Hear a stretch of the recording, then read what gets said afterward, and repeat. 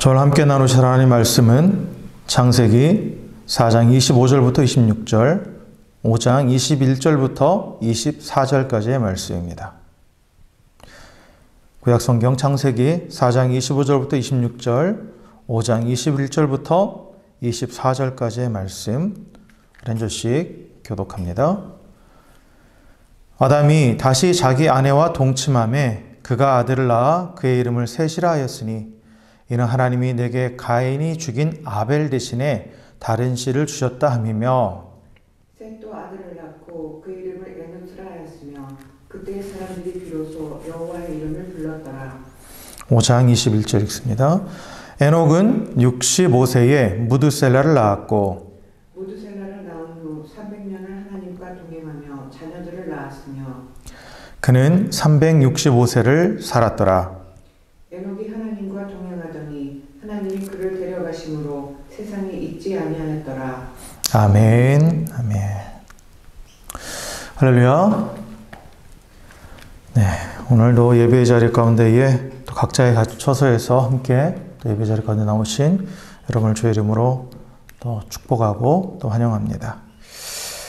네, 우리가 오늘은 이 창세기 4장과 5장에 나와 있는 이 에노스와 이 에녹이라는 사람을 중심으로 함께 말씀을 나누고자 하는데요. 특별히 이들의 이름에 담겨 있는 뜻, 그 뜻을 살펴보면서 하나님의 사람이 또 이 땅 가운데에 어떻게 살아가야 되는지, 그리고 그 하나님의 사람이 살아가는 그 결과, 그 삶의 끝이 무엇인지에 대해서 한번 살펴보고자 합니다. 자, 오늘 읽은 이 4장 말씀, 4장 25절, 26절의 말씀에 보면 아담과 하와가 셋을 낳았다고 되어 있죠. 원래 아담과 하와의 첫째 아들은 이제 가인이죠. 가인이에요. 그리고 둘째 아들이 이제 아벨이에요. 아벨입니다. 그런데 이 가인과 아벨의 얘기는 우리가 잘 알다시피 하나님께 예배하는 과정에서 이 하나님께서 아벨의 제사는 받으시고 가인의 제사는 받지 않으셨죠. 그죠? 그래서 그의 분개한 가인이 자기 동생 아벨을 죽였어요. 죽였습니다. 그리고 또 그에 대한 하나님의 심판으로 가인은 이제 쫓겨나게 되죠. 쫓겨나게 돼요. 그래서 이제 하나님께서 이 아담과 하와에게 새 생명을 허락하시는데 그게 바로 이제 셋이죠. 셋. 이 셋이라는 이름의 뜻은 이 채워넣다, 빈자리를 채우다라는 그런 의미를 가지고 있어요. 그러니까 이제 가인과 아벨이 사라진 자리에 다시 셋이라는 아들을 통해서 그 자리를 채워주셨다라는 그런 의미를 가지고 있죠. 그리고 나서 이제 셋이 이 105세에 아들을 낳습니다. 아들을 낳아요. 근데 그 아들을 낳고 나서 그 이름을 뭐라고 짓냐면 오늘 보니까 26절에 보니까 에노스라는 이름을 줘요. 에노스. 이 에노스라는 히브리어 원어는 보면 아나쉬예요. 아나쉬인데 이 아나쉬라는 말의 의미가 뭐냐면 형편없는, 또 깨지기 쉬운, 부서지기 쉬운 이라는 의미를 가지고 있습니다. 그러니까 이 셋이 사실 그 가인과 아벨의 사건 이후에 태어난 아들이잖아요. 그러니까 자신의 경험, 또 분명히 자신의 부모로부터, 아담과 하와로부터 이 가인과 아벨에 대한 얘기를 들었을 거예요. 그래서 그가 지금까지 100년 넘게 살아오면서 또 그리고 그 가정에 일어났던 여러 가지 그 일들을 또 이렇게 돌아봤을 때 스스로 이제 깨달은 거죠. 뭘 깨달았느냐? 모든 인간은 연약한 존재다. 쉽게 깨질 수밖에 없는 존재, 부서지기 쉬운 존재, 또 한편으로는 형편없는 존재다라는 것을 깨달았다라는 거예요. 그래서 한계가 있는 존재, 그리고 스스로 구원할 소망이 없다는 사실을 깨달았다라는 거죠. 그래서 그는 그의 아들의 이름을 에노스라고 지은 거예요. 그래서 인간의 불완전성과 또한 이 한계를 고백하는 거죠. 그 아들의 이름을 통해서. 그래서 인간이 어떤 존재인지, 하나님을 떠난 인간이 어떤 존재인지 분명히 깨달았다라는 거예요. 셋은. 그런데 이 26절에 보면 그 에노스라 이름을 하였다라고 하고 그걸로 끝이 아니라 그 뒤에 나오는 말씀이 있어요. 이게 중요한 말씀인데 그때 사람들이 비로소 여호와 이름을 불렀더라라고 이렇게 기록되어 있죠. 여호와 이름을 불렀더라라고 기록되어 있어요. 여기서 불렀다라는 말, 이 부르다라는 말, 히브리어 원어가 이게 콰로우인데 콰로우라는 말의 뜻은 뭐냐면 부르짖다, 부르짖다, 또 도움을 요청하다라는 그런 의미를 가지고 있어요. 그러니까 이 그때 에노스라 이름을 짓고 나서 그때부터 사람들이 여호와 하나님께 부르짖었다, 도움을 요청했다라는 그런 뜻이죠. 그런데 여기서 보면 여호와 이름을 불렀다. 여호와 이름이 그럼 무슨 의미길래? 무슨 의미길래 그 여호와 이름을 부르면서 부르짖고 도움을 요청했느냐라고 했을 때 여호와라는 말, 이게 이제 성경의 그 신성 네 문자 야훼죠. 야훼. 그래서 출애굽기 3장 14절부터 15절에 나오는 하나님께서 모세에게 당신의 이름을 가르쳐 주실 때 나는 스스로 있는 자니라 라고 했던 거기서 유래된 표현이 야훼예요. 근데 이게 사실 출애굽기 3장에 처음 등장하는 게 아니라 창세기 이 4장에 먼저 등장을 하는 거예요.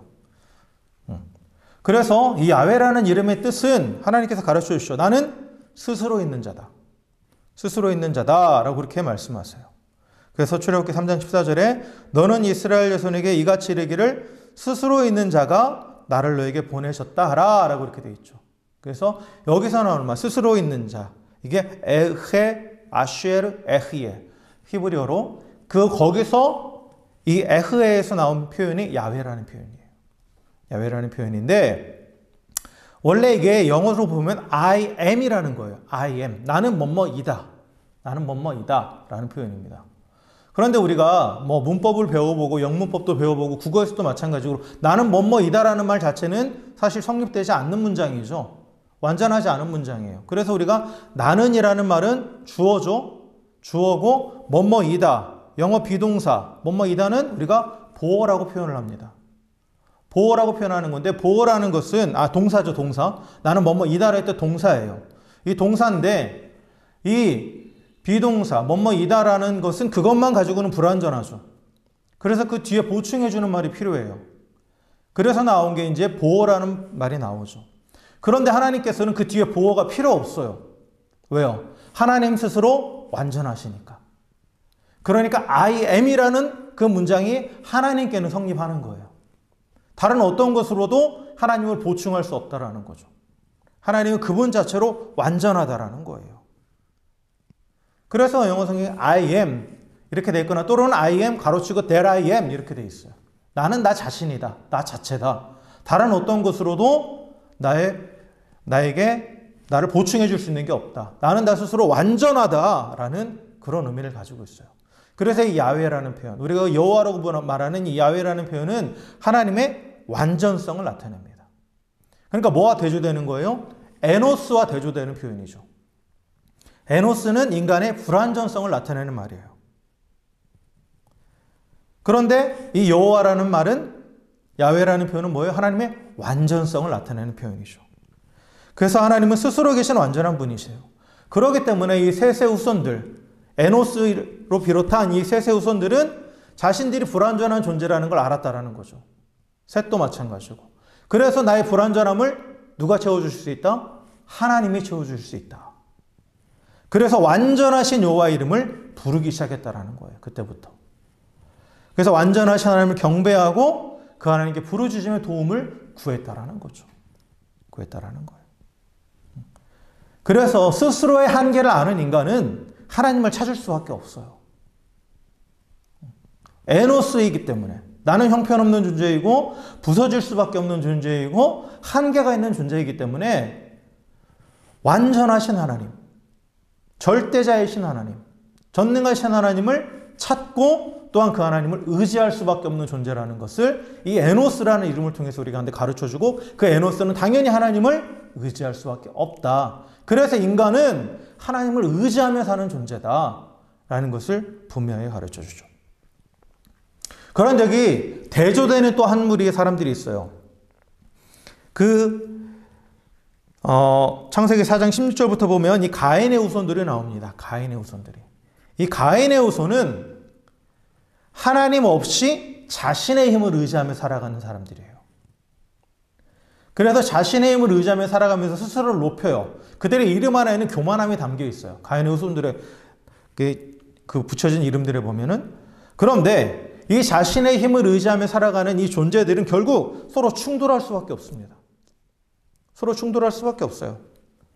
그리고 다툼이 일어나고 강한 자가 약한 자를 죽이는 그 살인이 일어날 수밖에 없어요. 그래서 가인의 족보를 들여다보면 그 증거가 나타나는데 그게 뭐냐면 라멕이라는 사람이 있습니다.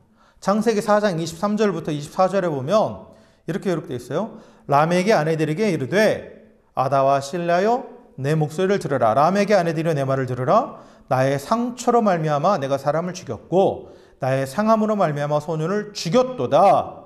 가인을 위하여는 벌이 7배일진데 라멕을 위하여는 벌이 77배 이르러다 하였더라 라고 되어 있어요. 이 라멕이라는 사람이 어떻게 합니까? 자신을 상하게 한 사람. 다툼이 일어났다라는 거죠. 근데 그걸 어떻게 했다라는 거예요? 죽였다라는 거예요. 죽였다라는 거죠. 그걸 어떻게 하고 있어요? 또 자랑하고 있죠. 자랑하고 있어요. 그래서 이 라멕은 하나님을 떠나서 스스로 하나님이 되어 있는 인간, 그 죄인의 최종적인 모습을 보여주는 존재가 바로 이 라멕이에요. 라멕입니다. 처음 범죄했을 때 아담은 어땠어요? 자신의 그 죄에 대해서 부끄러워했죠. 부끄러워했어요. 그래서 하나님을 피해 숨었잖아요. 그 다음에 죄를 지은 이 가인, 아벨을 죽인 가인은 어떻게 했습니까? 자신이 죄를 부끄러워하니까 자신이 죄를 지었다라는 것을 시인하지 않으려고 하죠. 거짓말했어요. 거짓말했어요. 이게 발전해가는 과정이에요. 거짓말을 해요. 그런데 라멕은 어떻습니까? 사람을 죽여놓고 그걸 어떻게 해요? 자랑하고 있죠. 자랑하고 있어요. 자신의 죄를 드러내놓고 자랑하는 거예요. 이게 이 죄인인 인간이 점점 이 죄에 빠져서 타락해가는 과정을 보여주는 거예요. 처음엔 죄를 부끄러워하고, 두 번째는 그 죄를 숨기기 위해서 거짓말하고, 마지막으로는 이제 부끄러워하지도 않고 숨기려 하지도 않고 드러내놓고 자랑하는 거예요. 그래서 하나님을 대적하는 인간은 죄악된 자신의 모습을 자랑해요. 그리고 하나님께서 가인에게 약속해 주신 7배에 너를 해하는 자는 내가 7배를 더해서 벌하겠다라는 그것을 스스로가 나는 가인보다 더 위대한 사람, 그리고 하나님보다 더 위대한 사람, 그래서 나를 해하는 자는 77배 벌을 받을 것이다 라고 선포하는 거죠. 그러니까 스스로 하나님이 돼버린 거예요. 이게 하나님을 떠나서 자신의 힘을 의지하며 살아가는 가인의 후손의 모습입니다. 근데 이와는 대조적으로 셋의 후손들 역시 죄인이긴 죄인이에요. 그렇죠? 그러나 그들은 스스로의 한계를 알고 연약함을 알고 어떻게 해요? 하나님을 부르며 살아간다라는 거예요. 의지하며 살아간다라는 거죠. 왜냐하면 우리들은 여호와가 아니라는 거예요. 우리는 뭐다? 에노스라는 거죠. 에노스라는 거. 그렇기 때문에 완전하신 여호와 하나님을 부르며 그 하나님의 도우심을 구하며 살아간다라는 거죠. 그래서 이때부터 두 부류의 인간이 갈라져요. 갈라집니다. 그래서 창세기 6장 1절부터 2절에 보면 사람이 땅 위에 번성하기 시작할 때에 그들에게서 딸들이 나니 하나님의 아들들이 사람의 딸들의 아름다움을 보고 자기들이 좋아하는 모든 여자를 아내로 삼는지라 라고 기록되어 있죠. 물론 이 말씀에 대한 해석은 여러 가지가 있지만 여기에 보면 하나님의 아들들이 나오고 사람의 딸들이 나와요. 그렇죠? 두 부류가 분리되죠. 그렇죠? 그런데 이에 대한 해석은 여러 가지가 있는데 오늘 읽은 이 본문 가인과 이 셋의 후손 이 부분을 가지고 우리가 분류를 해본다면 하나님의 아들은 어떤 사람들이냐? 스스로 에노스임을 알고 하나님의 이름을 부르며 살아가는 자들이라고 볼 수 있어요.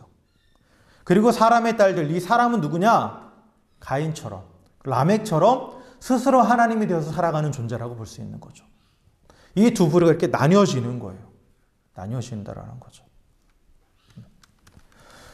근데 우리가 또 이제 이렇게 오늘 그 창세기 5장 앞부분의 말씀을 보면 이 가인의 후손이나 또 셋의 후손 역시 둘 다 어떻게 되냐면 결국은 죽어요. 그렇죠? 그래서 창세기 5장에 보면 사람들이 쭉 죽는 내용들이 나와요. 죽음이 반복되는 내용들이 나오죠. 그래서 모두가 다 죽을 수밖에 없는 인간의 모습을 나타내주고 있어요. 근데 이 창세기 5장에 나와 있는 그 사람들의 죽음의 과정을 쭉 보면 그들이 죽은 나이가 대부분 다 900세 언저리예요. 사실 900세 이상을 살아간다라는 거, 현재 우리의 관점에서 보면 솔직히 영생이죠. 그잖아요. 우리가 이제 뭐 100세 시대라고 하지만 이 100세 시대를 살아간다고 하는데 그런데 900세예요. 이거는 사실 우리의 관점에서 보면 영생이에요. 영생이죠. 예를 들어서 지금 2022년인데 1100년대 사람이 지금까지 살아있다? 그 사람 영생한 거죠. 우리 입장에서는. 그렇게 영생하는 것처럼 보인다라는 거예요. 1000년 가까이 살아가는 거니까. 그러나 그들은 결국은 어쨌든 간에 다 죽는다라는 거.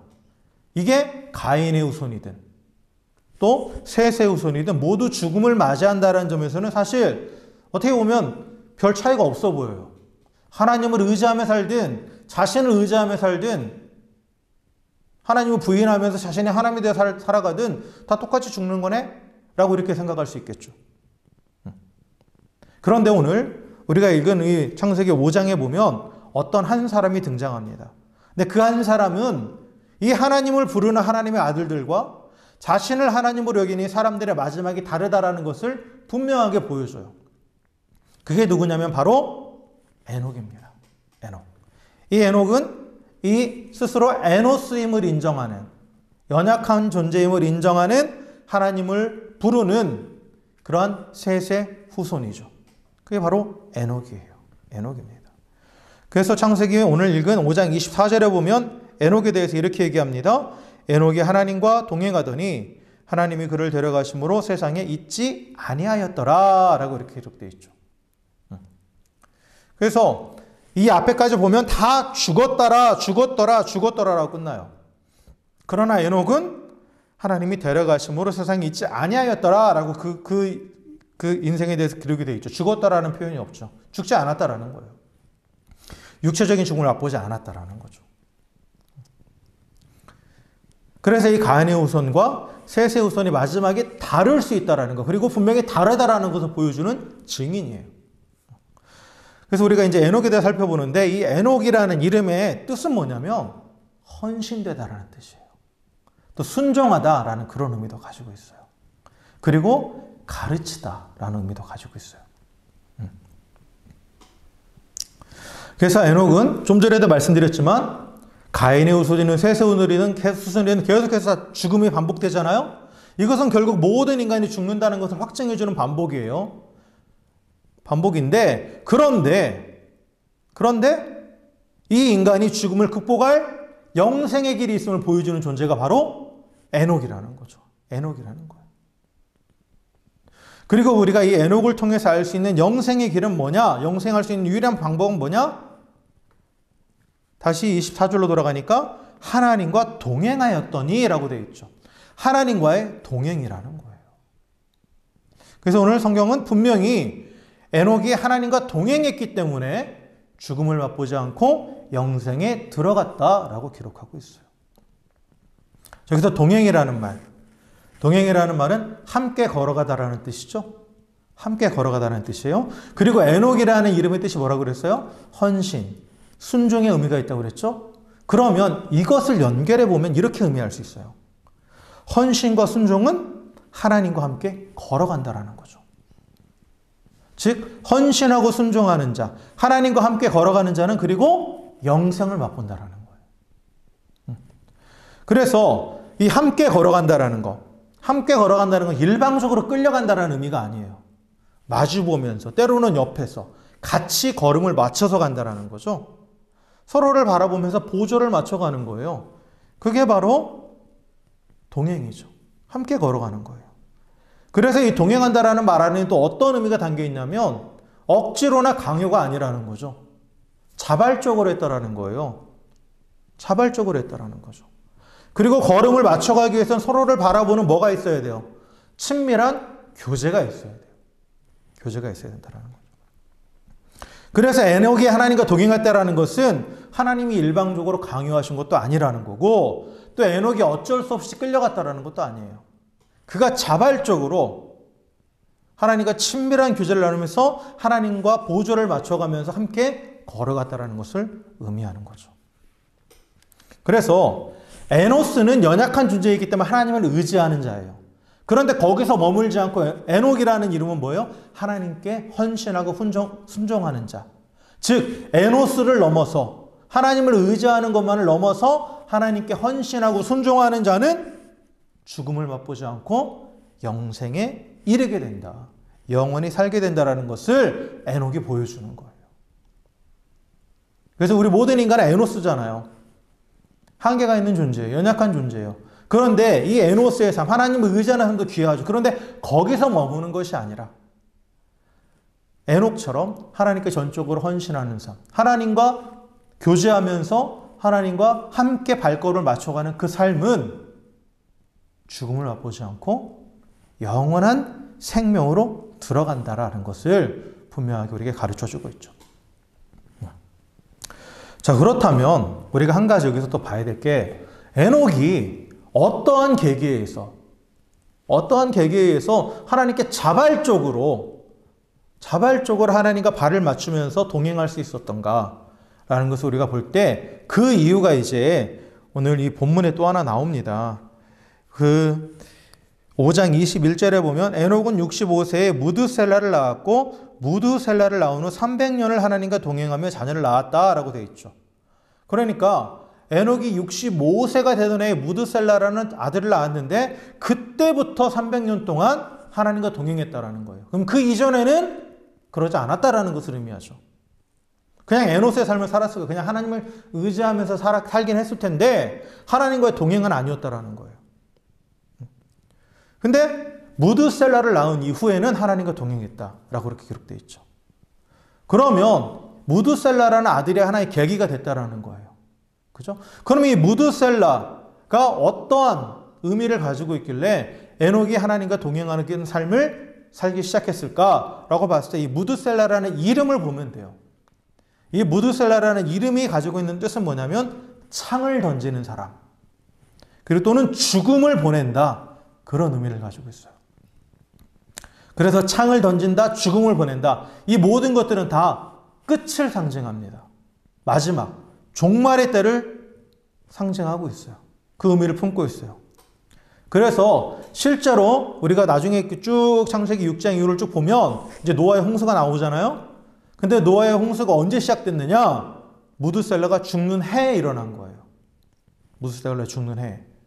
그래서 그 대홍수로 인해서 방주에 탄 노아의 가족과 짐승들 외에는 전 지구적인 종말이 임했죠. 종말이 임했다라는 거예요. 그래서 이 무드셀라 이름처럼 된 거예요. 종말이 임했다라는 것. 그래서 에녹이 아들의 이름을 무드셀라라고 지었다라는 것은 그에게 하나님께서 깨달음을 주셨다라는 거죠. 마지막이 있다라는, 종말이 있다라는, 그리고 반드시 그 마지막 때 하나님이 심판이 있다라는, 창을 던진다라는 건 심판을 상징하거든요. 하나님께서 심판하신다라는 것을 깨닫게 하신 거예요. 그래서 그 아들의 이름을 무드셀라라고 지었다라는 거죠. 근데 앞에서도 언급했지만 이 에녹 당시 인간들은 거의 1000년 가까운 수명을 누리고 있었어요. 그래서 영원과 같이 여겨지는 시간을 살아온 그 사람들에게 있어서 죽음이라는 것, 마지막이라는 것을 인식한다는 건 사실 거의 불가능한 상황이에요. 그죠? 지금 우리 자녀들도 좀 조숙한 친구들은 그걸 생각하겠지만 죽음에 대해서 거의 생각 없죠. 마지막에 대해서는. 자신의 삶이 영원할 것처럼 생각을 하잖아요. 100년을 사는 인생임에도 불구하고. 그런데 1000년을 사는 인생이면 더 당연히 영원히 살 것처럼 생각하겠죠. 그리고 여러분 우리가 이거 잘 계산해 보면 이 창세기 5장에 나온 족보에 나온 이 나이들과 아들들을 낳은 나이들을 쭉 계산해 보잖아요. 그러면 에녹 당시에도 아담은 살아 있었어요. 첫사람 아담도 죽지 않고 살아 있었어요. 실제로 아담은 이 에녹 이후에 쭉 나온 그 노아의 아버지, 그 라멕이 56세가 되었을 때 죽어요. 그 나이를 쭉 계산해보고 하면. 그러니까 이 에녹 당시에도 실제로는 아담으로부터 쭉 태어난 모든 후손들, 그 인간들은 사람이 사람을 죽이는 살인을 한 경우를 제외하고는 어느 누구도 자연적으로는 죽지 않았어요. 어느 누구도. 그렇기 때문에 누구도 죽음에 대해서 생각하지 않았다라는 거죠. 마지막에 대해서는 생각할 수 없었을 거예요. 아마도 아담을 보면서 영원히 살 것처럼 생각했겠죠. 영원히 살 것으로 생각할 수 있었다라는 거예요. 그런데 하나님께서 에녹에게 종말을 예언하셨다라는 거예요. 너희들이 영원히 살지 못한다. 끝이 있다. 그리고 끝에는 뭐가 있다? 심판이 있다. 그걸 가르쳐 주셨고, 그랬을 때 에녹이 자신의 아들의 이름을 무드셀라, 오늘날로 표현하면 이제 종말이죠, 종말이. 종말이라는 이름을 지었던 거예요. 그래서 에녹은 이 무드셀라를 볼 때마다, 그의 아들의 이름을 부를 때마다 종말아, 종말아라고 부르는 거예요. 그럼 하나님의 때, 곧 종말, 끝이 있고 그 뒤에 심판이 있다는 계속 인식했다라는 거죠. 그래서 이 마지막에 대한 인식이 에녹을 하나님과 동행하고자 하는 유일한, 그 마지막 때 심판을 피할 수 있는 유일한 길인 하나님과의 동행으로 그 삶을 이끌었던 거예요. 그래서 그는 이 마지막을 준비하는 삶을 사는 거죠. 300년 동안. 그런데 아이러니하게도 마지막을 준비하며 살았더니 그는 마지막을 맛보지 않았어요. 그죠? 종말을 준비하며 300년을 살았는데 그는 종말을 맛보지 않고 바로 하나님과 영원히 함께하는 삶으로 들어갔다라는 거죠. 이게 역설이에요. 마지막이 없다고 생각하고 영원히 살 것처럼 생각하는 자들에게는 반드시 종말이 있고 그 종말에는 심판이 있어요. 그러나 마지막이 있음을 알고 또한 끝이 있음을 알고 그 심판을 준비하는 자들에게는 그 심판이 넘어가고 그 마지막이 새로운 출발이 된다라는 거죠. 새로운 출발이 된다라는 거예요. 그래서 준비한 인생이었다라는 거죠. 에녹은. 그래서 그 이름대로 하나님께 헌신하는 삶, 즉 하나님과 동행하는 삶을 살았어요. 그래서 마지막을 준비하는 유일한 방법은 뭐냐? 하나님과의 동행입니다. 하나님과 함께하는 거예요.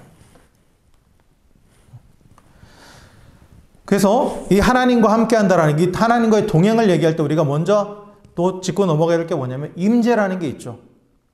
임재, 함께하심. 함께 하셔야 동행할 수 있는 거예요.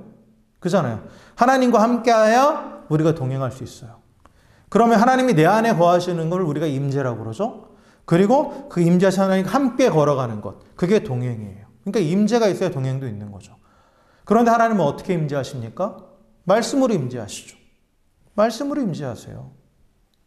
그리고 또한 오늘날 예수 그리스도를 구주로 고백한 우리 안에 또 어떻게 임재하세요? 하나님의 영, 성령으로 임재하시죠. 근데 이 성령께서 임재하셔서 우리가 하시는 일은 뭐예요? 말씀이신 하나님, 하나님이신 말씀을 계속해서 생각나게 하시고 말씀대로 살아갈 수 있게 하시는 거죠. 그래서 결국 말씀을 따라 살아가는 삶, 그게 바로 하나님과 동행하는 삶이에요. 하나님과 동행하는 삶이죠. 그리고 동행한다라는 것은 다시 표현하면 뭐냐? 사랑한다라는 거예요. 사랑의 관계 안에 있다라는 거죠. 사랑의 관계 안에 있다라는 거죠. 그래서 이 사랑의 관계 안에 하나님과 동행하는 비결, 예수님 우리 가운데 가르쳐 주셨죠? 요한복음 15장 10절에 보면 내가 아버지의 계명을 지켜 그의 사랑 안에 거하는 것 같이 너희도 내 계명을 지키면 내 사랑 안에 거하리라 라고 말씀하셨어요. 계명을 지키는 것. 아까도 말씀드렸지만 하나님의 말씀을 듣고 말씀을 따라 살아가는 것. 그게 하나님의 사랑 안에 거하는 것이고 그것이 바로 하나님께 동행하는 것이고 그것이 영생을 위한 유일한 길이다 라는 것을 분명하게 가르쳐주고 있습니다. 그런데 우리에게 주신 계명은 뭡니까? 하나님을 사랑하고 이웃을 사랑하는 거죠. 그렇죠? 내 이웃을 내 몸과 같이 사랑하는 것. 하나님 나를 사랑하신 것처럼 내 이웃을 사랑하고 섬기는 것이 계명을 지키는 거예요. 그래서 내 안에 하나님의 말씀을 모시고 또 성령을 모시고 성령의 인도하심을 따라 말씀대로 행하는 것, 말씀을 따라 살아가는 것이 곧 하나님을 사랑하는 것이고 하나님과 동행하는 것이다. 그래서 말씀에 순종한 이웃을 사랑할 때 사랑이신 하나님 함께 하시고 함께 나와 걸어가신다 라는 것을 우리가 분명히 알 수 있습니다. 자, 말씀을 정리하겠습니다. 가인과 그의 후손들이 스스로 하나님처럼 여기면 자신의 힘을 의지하며 살면서 죄악 가운데 살아갈 때 셋의 후손들은 스스로 에노스라고 고백하면서 여호와의 이름을 불렀습니다. 지금도 마찬가지예요. 이 세대는 스스로를 하나님처럼 여기고 자신의 힘으로 뺏고 뺏기고 더 많은 것을 소유하기 위해서 몸부림치는 세상, 가인의 세대죠. 그러나 하나님의 아들들, 예수 그리스도에 의해서 구원받은 하나님의 자녀들은 이러한 세대의 풍조를 따르지 않습니다. 스스로 에노스의 힘을 인정하면서 여호와의 이름을 부르며 살아가는 거죠. 완전하신 하나님을 의지하며 살아가요. 물론 가인의 후손이든 셋의 후손이든 모두 다 죽음은 반복돼요. 육체적인 죽음이 있죠. 그러나 동시에 인간이 죽음을 극복할 영생의 길이 있음을 셋의 후손인 에녹은 보여주고 있어요. 그렇죠? 그것은 영생의 방법, 이 죽음을 뛰어넘는 영생의 방법은 바로 하나님과의 동행이라고 오늘 에녹은 우리에게 가르쳐주고 있습니다. 그래서 에녹은 하나님과 동행했기 때문에 죽음을 맛보지 않고 영생에 들어갔죠. 근데 에녹이 하나님과 동행했던 이유는 그 당시 누구도 인식하지 못했던 마지막 심판이 있다라는 것, 끝이 있다라는 것, 그것을 깨달았기 때문이에요. 그래서 그것을 날마다 인식하며 살았기 때문에 자신의 아들의 이름을 그렇게 짓고 그 아들의 이름을 부르면서 그것을 인식했기 때문에 그 종말의 심판을 피한 유일한 길, 하나님과 동행하는 삶을 살았다라는 거죠. 그래서 하나님과 동행한다라는 것은 하나님 안에 거하는 것이고 늘 하나님과 함께 걸어가는 것을 의미합니다. 자발적으로. 우리가 어떻게 하나님 안에 거할 수 있습니까? 아까 말씀드린 요한복음 15장 10절 말씀처럼 계명을 지키는 것. 우리가 주신 계명. 하나님을 사랑하고 이웃을 사랑하라는 그 계명을 지키는 것이 하나님의 사랑 안에 거하는 것이고 하나님과 동행하는 방법이다라고 성경은 우리에게 분명히 가르쳐주고 있습니다. 다시 말해서 하나님 말씀에 순종할 때 우리는 에녹처럼 하나님과 동행하는 삶을 살아갈 수 있습니다. 그리고 죽음을 뛰어넘는 영원한 생명을 향해 나아갈 수 있다는 거죠. 그래서 우리의 삶은 에노스에서 끝나는 게 아니라 에녹으로 이어져야 된다는 거예요. 스스로 연약함을 인정하고 하나님을 의지하며 살아가는 건 당연하지만 거기서 머무는 것이 아니라 하나님께 헌신된 삶, 하나님과 동행하며 하나님께 순종하는 그러한 에녹으로 우리가 나아가야 된다는 거죠. 그래서 우리가 말씀에 순종함으로 하나님 안에 거하시기를 주의 이름으로 축원합니다. 그리고 또한 서로 사랑함으로 사랑이신 하나님과 늘 동행하는 우리 모두가 되기를 주의 이름으로 축원합니다.